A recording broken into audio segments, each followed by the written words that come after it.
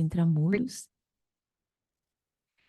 O nosso Intramuros está sob a responsabilidade da Unidade do Desenvolvimento, e quem vai nos falar é Dr. Carlos Eduardo Serafim, que fez um lindo trabalho durante a sua pós-graduação, o doutorado, sob orientação da doutora Ana Cláudia, professora Ana Cláudia, e ele vai compartilhar conosco algumas dos aprendizados que ele teve durante o seu curso de pós-graduação.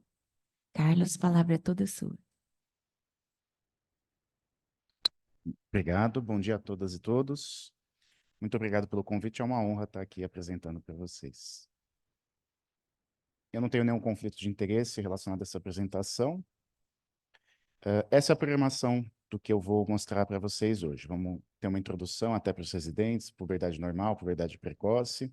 Vamos conversar um pouquinho sobre as relações entre a composição corporal e desenvolvimento do eixo puberal, os mecanismos pelos quais se dá essa interação, a classificação e as causas, e em especial a puberdade precoce causada por mutações inativadoras do DLK1, que é uma causa de puberdade precoce e síndrome metabólica.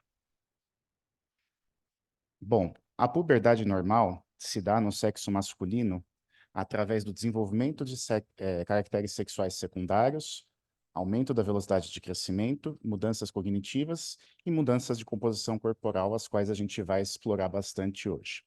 No sexo masculino, isso se define como aumento do volume testicular, que ocorre caracteristicamente, né, definido como período normal, de normalidade mesmo, dos 9 aos 14 anos. Já no sexo feminino, pelo surgimento do broto mamário, associado aos caracteres sexuais progressivos e aumento de velocidade de crescimento, a partir dos 8 anos de idade. Sendo definida a puberdade precoce, quando ocorre antes dos 9 no menino, antes dos 8 na menina, e puberdade atrasada depois dos 14 ou 13, respectivamente. A puberdade ela se caracteriza pelo aumento da pulsatilidade do GNRH, levando à sinalização LH-FSH e à produção de esteroides sexuais e consequente desenvolvimento dos caracteres sexuais secundários. Temos algumas regiões no hipotálamo que são importantes para esse aumento de pulsatilidade do GNRH. O núcleo arqueado tem os neurônios KNDy. KNDy vem de quispertina, neurocinina B e de norfina. E a gente tem outros neurônios produtores de quispeptina, Kis1, em outras áreas do hipotálamo, especialmente aqui na área periventricular anteroventral. Então, a quispertina ela é estimulatória do eixo puberal, né, através dos neurônios de quispertina e projeções desses com sinalização sináptica para os neurônios de GNRH através do receptor Kis1R, ou antigamente conhecido como GPR54, de quispertina. O neurônio KNDy ele exerce uma autorregulagem através de neurocinina B e de norfina. Então, nós temos um fator estimulatório da puberdade, que é a quispertina, bem conhecido, e também temos um fator inibidor, né? O MKRN3 é o principal fator inibidor, ele preserva a inativação do eixo, através da inibição direta e indireta da sinalização de GNRH, né? Então, sob estímulo do MKRN3, a gente tem menos sinalização de quispertina e menos ativação do eixo puberal.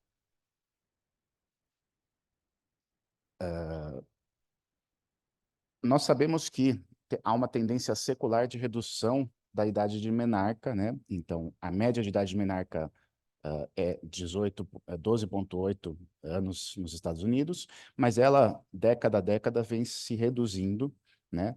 Na faixa dos meses, em que muito se atribui isso à melhora de condições de saúde. O que a gente pode ler por melhora de condições de saúde também é suficiência energética, né? A gente também tem o fato de que fatores de risco, scores genéticos de risco, que se associam a IMC e à relação cintura-altura, se correlacionam com antecipação da idade da menarca. Uma idade da menarca não necessariamente precoce, mas mais cedo, na faixa aqui dos meses.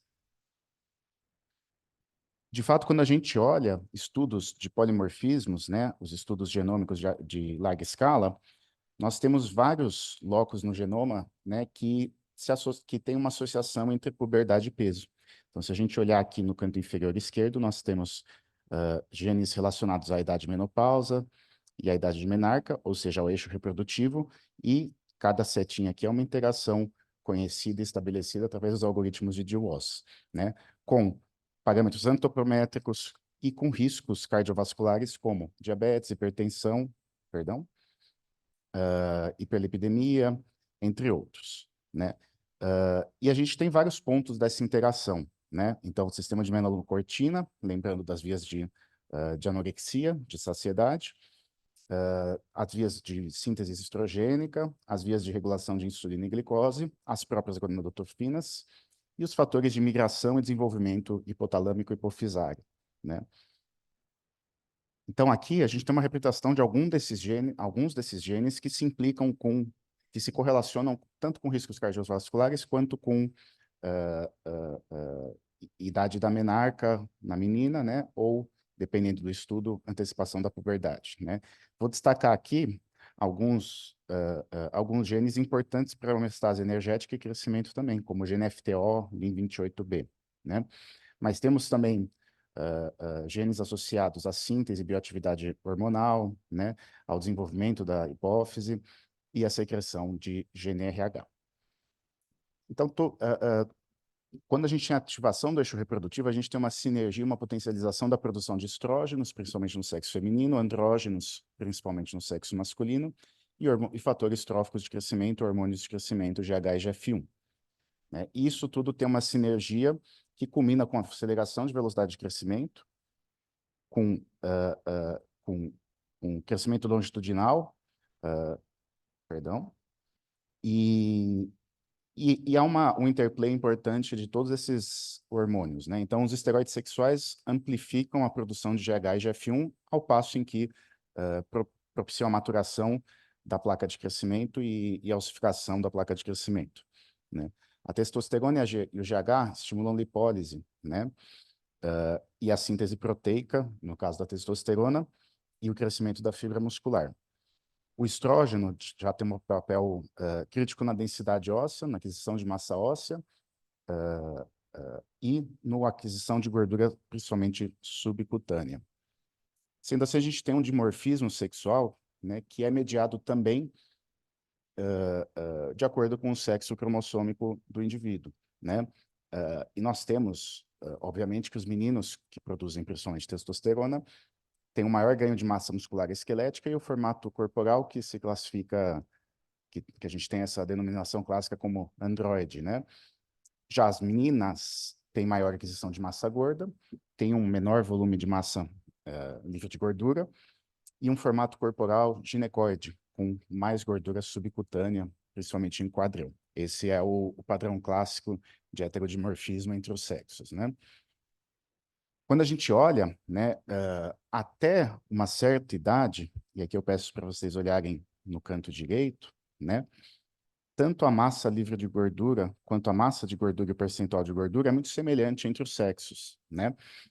Por volta da idade média de entrada na puberdade, seja essa 10, 11 anos mais ou menos, a gente começa a ter essa diferenciação do fenótipo antropométrico dos sexos, né? Então, por volta dos 12 anos de idade, o ganho de massa livre de gordura das mulheres, massa livre de gordura, incluindo, né, massa muscular, ele atinge um certo platô, obviamente que tem fatores individuais que vão modular um ganho posterior ou perda, né? Mas nos meninos você tem um ganho importante de massa muscular a partir dessa idade, né? Mas não só nessa idade, se estendendo até os 20 a 25 anos, quando você tem o auge da capacidade física muscular, teoricamente, no sexo masculino. Né? De forma que, na fase adulta, é possível você ter até 20 quilos a mais de massa magra nos homens, né? E, e você tem uma estabilidade, claro, na mulher que entra na puberdade mais cedo, sempre um pouquinho antes, né, por volta dos 15, 16 anos, e nos meninos por volta dos 17 aos 19 anos, né? Esse ganho de massa gorda na menina tem, em alguns estudos, essa média aqui de 1,14 quilos por ano, né? E, obviamente, que temos uma epidemia de obesidade, a gente está falando do dado médio aqui, né? Então, quando a gente vai comparar os adultos, a gente vê, obviamente, uma maior proporção hormônio-mediada, né, de massa magra no sexo masculino e um maior percentual de gordura médio no sexo feminino. Só isso já mostra, né, que a gente tem que ter um interplay importante entre o desenvolvimento sexual, a progressão de caracteres sexuais diferenciados entre o homem e a mulher e componentes antropométricos e a composição corporal do indivíduo, né? Mas a gente também tem a situação dos extremos, né? E que eu vou dividir a partir daqui como situações de déficit energético, como anorexia, desnutrição, e situações de excesso ou suficiência energética, né? Como obesidade. Então, do lado esquerdo, enquanto a anorexia e a desnutrição sinalizam para a interrupção da ativação puberal, ou para o retardo puberal, ou para o hipogonadismo, nós temos que a obesidade se associa à antecipação da puberdade. Não necessariamente puberdade precoce, mas dentro da média, você puxa a média um pouquinho para uma idade mais jovem quando você tem obesidade. E essa epidemia de obesidade que acompanhou a antecipação da idade de menarca em vários países, eu mostrei aqui nos Estados Unidos. Então, né, a composição corporal, ela é um fator que se modifica dinamicamente, mas que também influencia o início da puberdade e o ritmo do desenvolvimento da puberdade. Você tem uma predição de composição corporal, seja por fatores genéticos e epigenéticos individuais, entre a fase pré, intra e pós-puberdade, né? E você tem correlação também de parâmetros antropométricos e antecipação da puberdade com riscos de comorbidades, né? Como obesidade, hiperlipidemia e doença cardiovascular. Então, aqui é só um resumo, né, da correlação. Nós temos evidências epidemiológicas, né, em estudos com grandes populações, entre idades mais precoces de puberdade, idades antecipadas de puberdade, com maior risco cardiovascular e com riscos, inclusive, de neoplasias associadas à síndrome metabólica, né?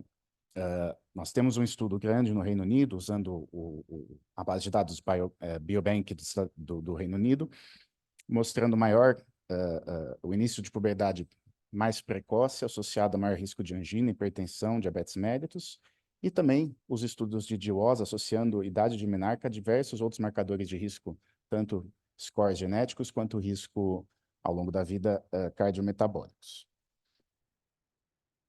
Mas quais seriam, né, os mecanismos pelos quais se dá essa interação, que é de dupla via, né?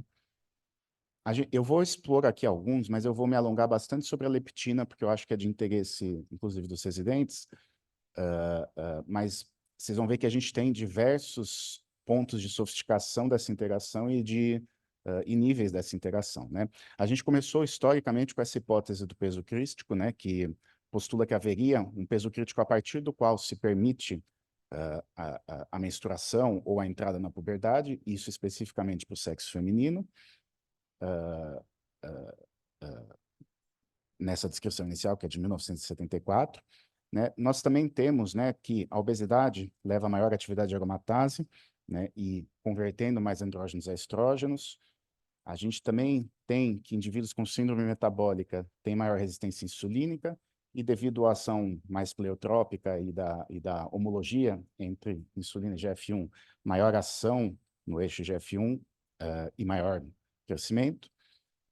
Temos também os desreguladores endócrinos, que têm associação tanto com o eixo reprodutivo, quanto com fatores de risco cardiometabólicos.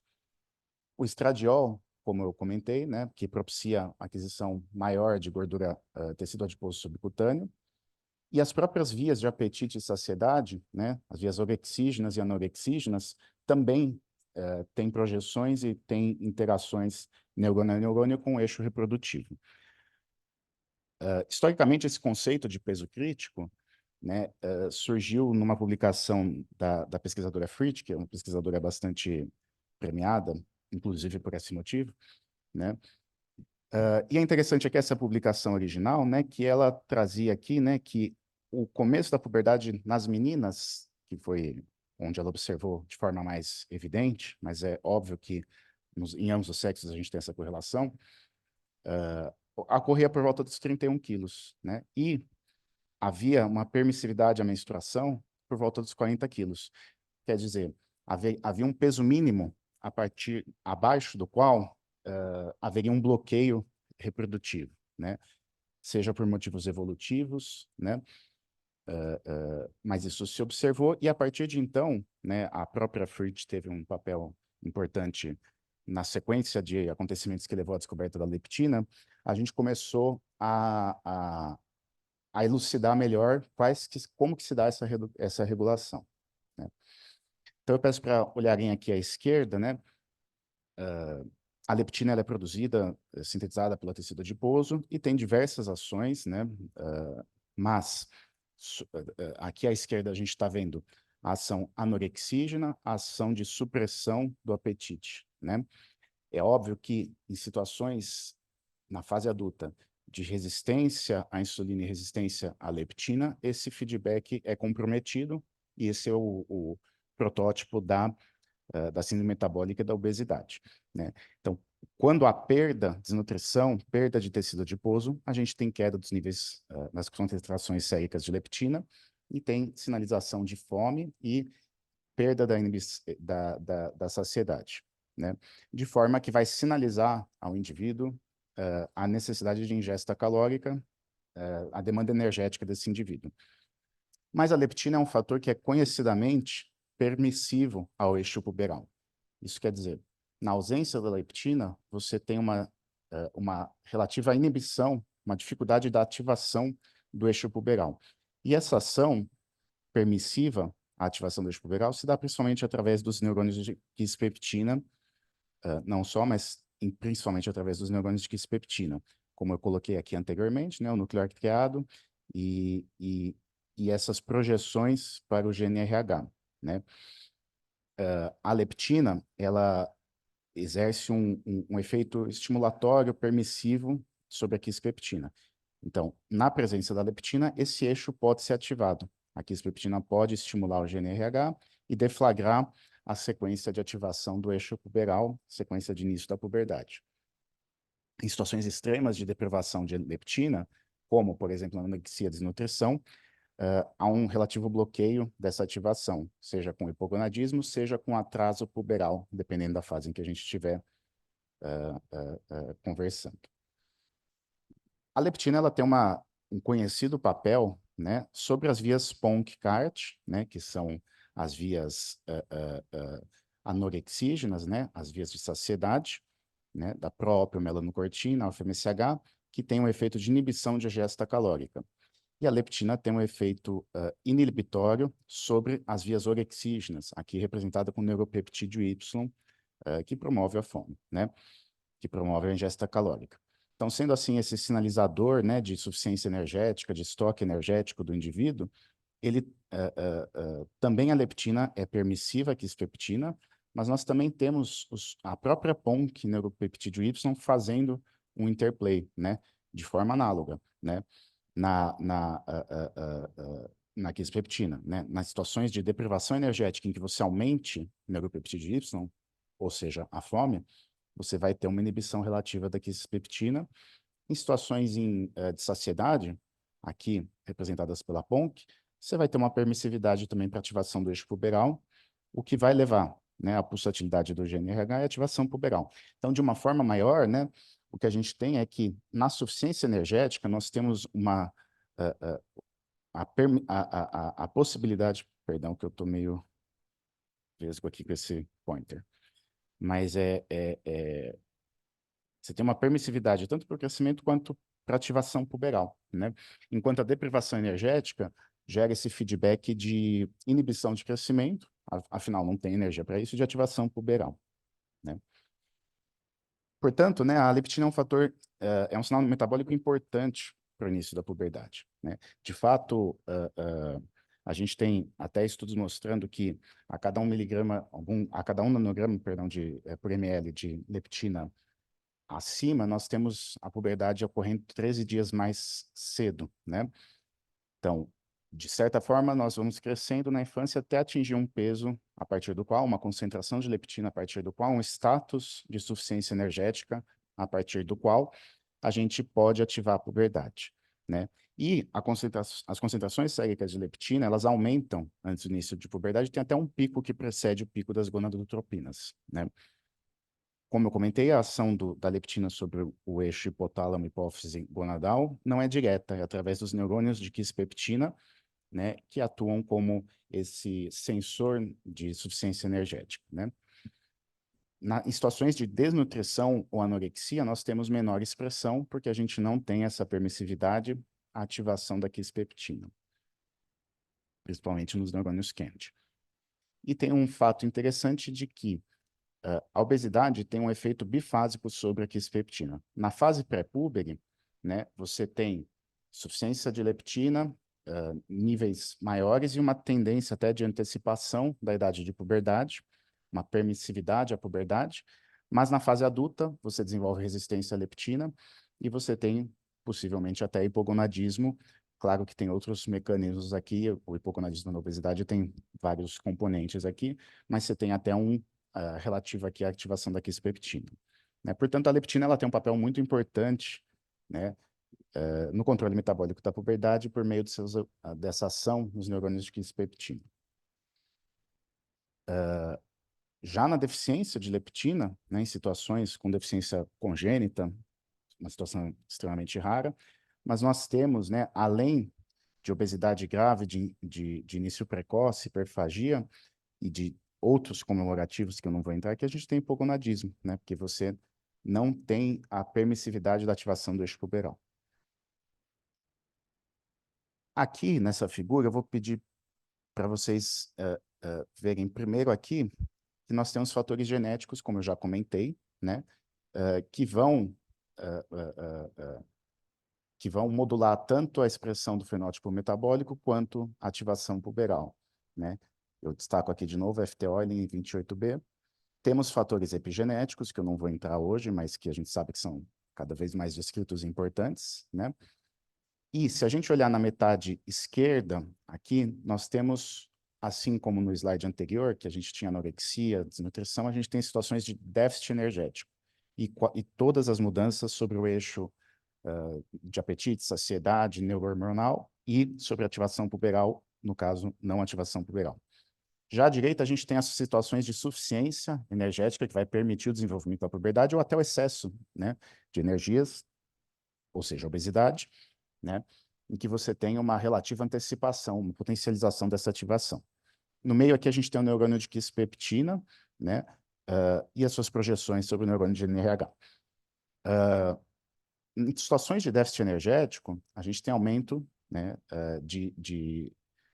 das concentrações séricas de grelina, né, ditas pelas células oxínticas gástricas, e a grelina é inibitória à ativação da quispeptina, portanto, a ativação do eixo puberal.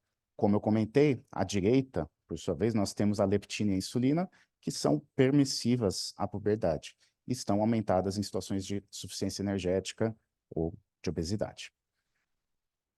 Quando a gente tem um déficit de energia, e esses dois, B e C, vão ser nessa linha, né, nós temos alguns sinalizadores intracelulares de deprivação energética também. Um deles é o aumento das concentrações de MPK, né? Quando a gente tem aumento das concentrações de MPK, a gente tem uma inibição do neurônio de quispeptina. Por outro lado, se a gente tem insuficiência energética, excesso de ATP, a gente não tem MPK aumentado, e a gente tem aumento de mTOR, que é o fator relacionado à rapamicina, né? Perdão. Que é um sinalizador até de vias de proliferação celular, né? Então, se você tem insuficiência energética, você vai ativar vias de proliferação celular, que se representa pelas concentrações aumentadas de mTOR intracelular, né? E o mTOR, ele se correlaciona com maior ativação também do neurônio de quispeptina.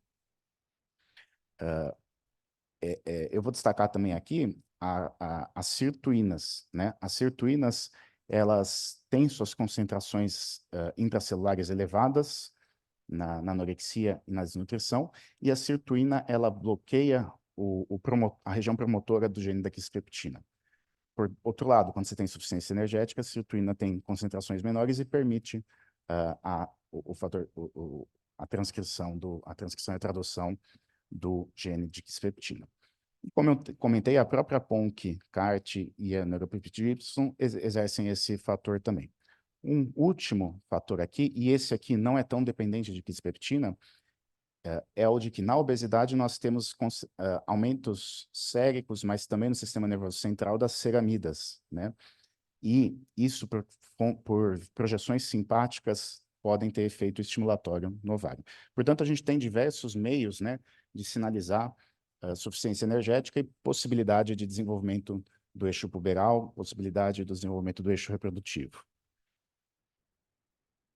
Na puberdade precoce central, é dizer, aquela que decorre de ativação prematura do eixo hipotálamo hipófise gonadal antes dos 8 anos em meninas e dos 9 em meninos, nós temos uma divisão que foi feita pelo grupo aqui no Endocrine Reviews de 2023, em que a gente primeiro vai dividir as causas de puberdade precoce central entre adquiridas e congênitas. E dentro de cada um desses grupos, a gente vai subdividir em com e sem lesões no sistema nervoso central.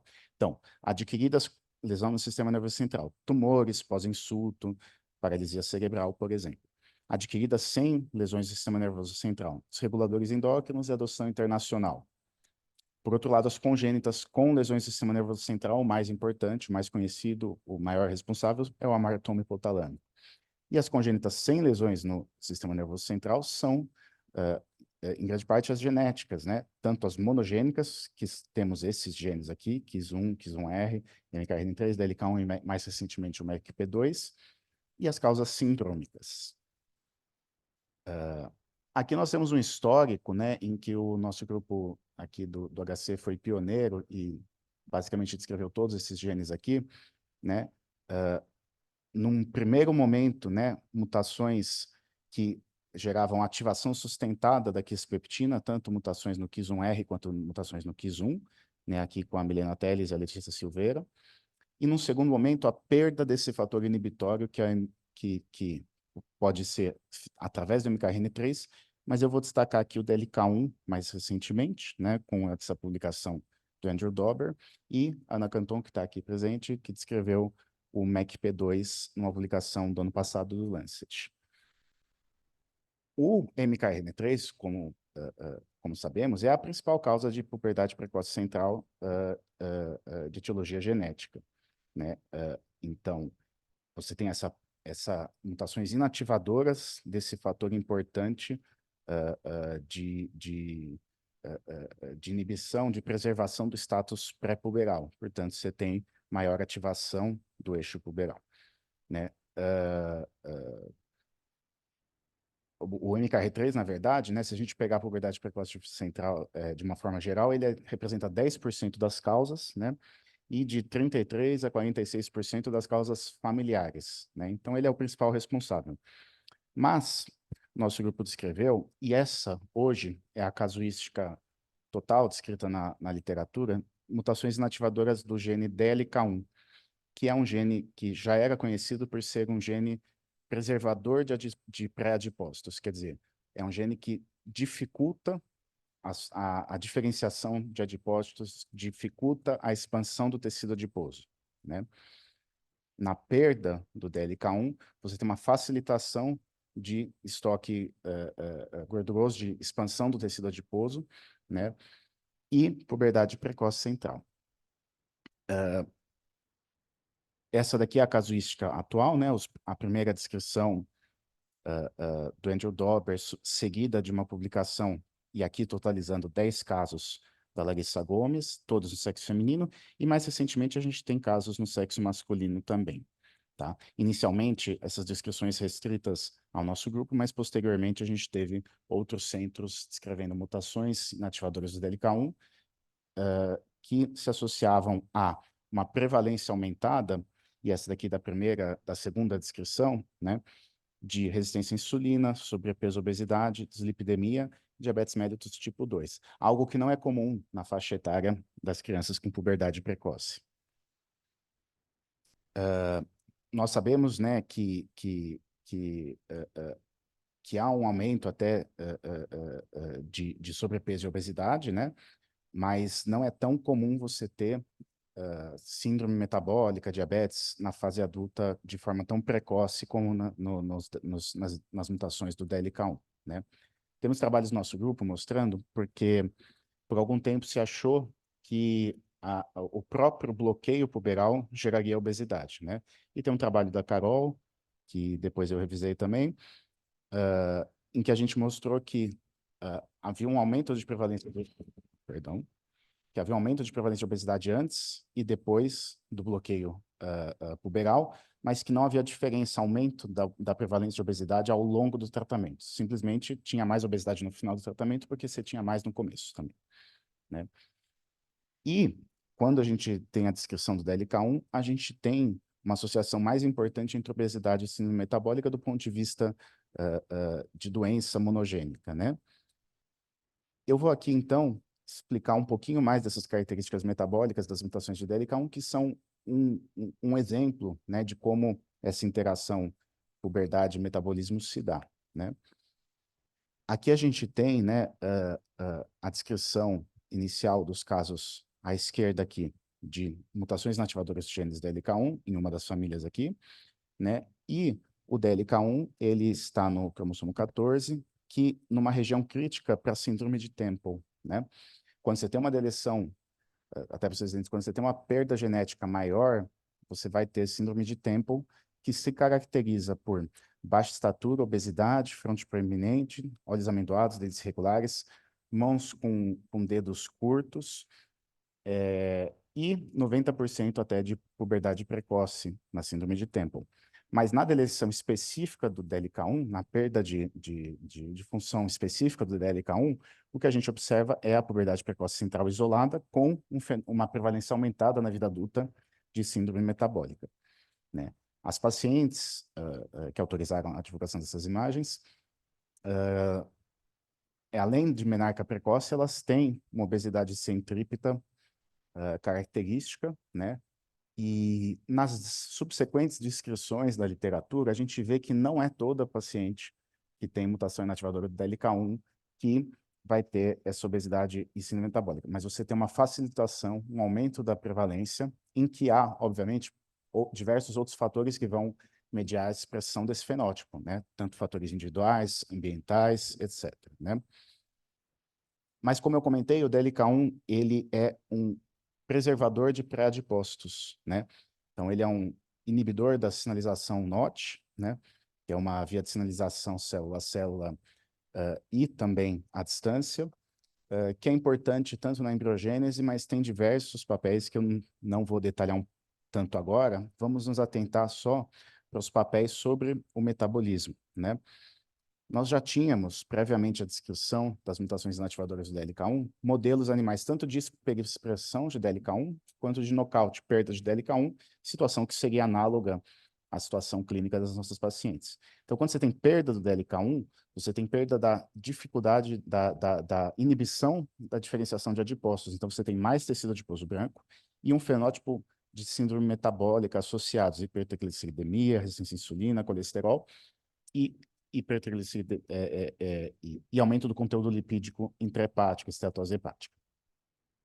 Já quando você tem hiperexpressão do DLK1, você tem um fenótipo oposto, porque você tem dificuldade de formar tecido adiposo. Você tem menos tecido adiposo branco, uma sensibilidade à insulina melhor, menos esteatose hepática, mais lipólise e até aumento dos níveis de H por um outro mecanismo hipofisário, né? De fato, a gente já tinha, inclusive, estudos, né, recentes, eu vou mostrar do nosso grupo, eu vou mostrar de outros grupos também, em que a gente tem uma correlação positiva entre níveis séricos de DLK1 e de IMC. Isso aqui a gente não está falando de pessoas que têm mutação inativadora do DLK1, estamos falando de nós, pessoas normais, em que a maior quantidade de tecido adiposo se correlaciona com o aumento da concentração de DLK1, tal qual a gente observa com as concentrações de leptina. Também tem essa correlação positiva com quantidade de gordura e uma correlação negativa com sensibilidade à insulina, né? Então, quanto mais obesidade, a gente tem menos sensibilidade à insulina e mais resistência à insulina. No nosso grupo, né, a gente realizou a tomografia abdominal para quantificação de gordura visceral e subcutânea, e a gente viu que havia uma prevalência aumentada em de gordura visceral. Mas esse fenótipo, né, a gente sabe que a perda do DLK1 gera expansão do tecido adiposo. Mas dentro disso, a gente tem até uma heterogeneidade entre pacientes que têm mais tecido adiposo visceral, que é esse verde aqui, primeiro, e pacientes que têm uma predominância de tecido subcutâneo. Provavelmente a gente tem diversos outros fatores que modulam esse fenótipo de obesidade, tal qual a gente sabe que existe mesmo na sociedade, né? Pessoas com maior capacidade de expansão do tecido adiposo subcutâneo ou menor capacidade dessa expansão. A gente fez, num estudo a ser publicado ainda, diferenciação de células progenitoras em adipócitos. E a gente pegou metade dessas células, portanto, controles, e deu soro de pessoas normais, que têm DLK1.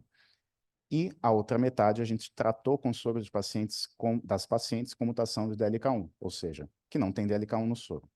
Na ausência do DLK1 no soro, a gente observa que teve uma expansão, né? Aqui, esse corante se chama oil red, e ele corre cutículas lipídicas intradipositárias, né? Então, a gente observa que nas pacientes que não têm DLK1, a gente tem uma facilitação, sobre o mesmo protocolo, a gente tem mais formação de adipócitos maduros, né?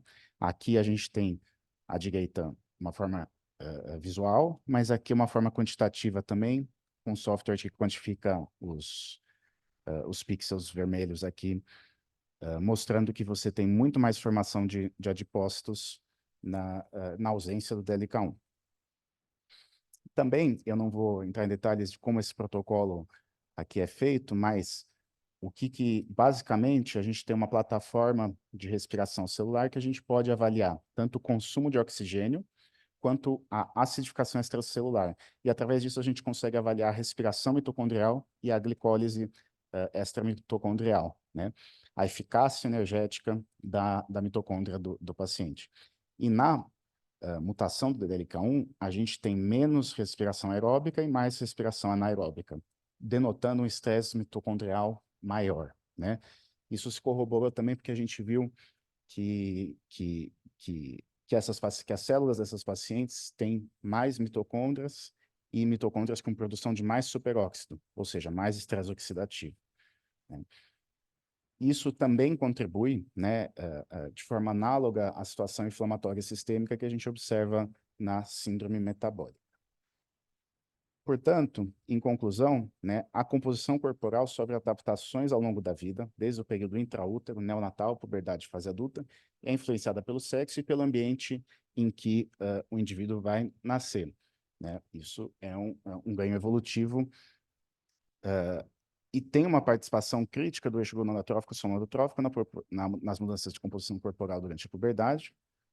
O peso corporal tem papel no início, havendo uma permissividade a partir de um certo peso e na progressão da puberdade ou na atividade do eixo reprodutivo, né?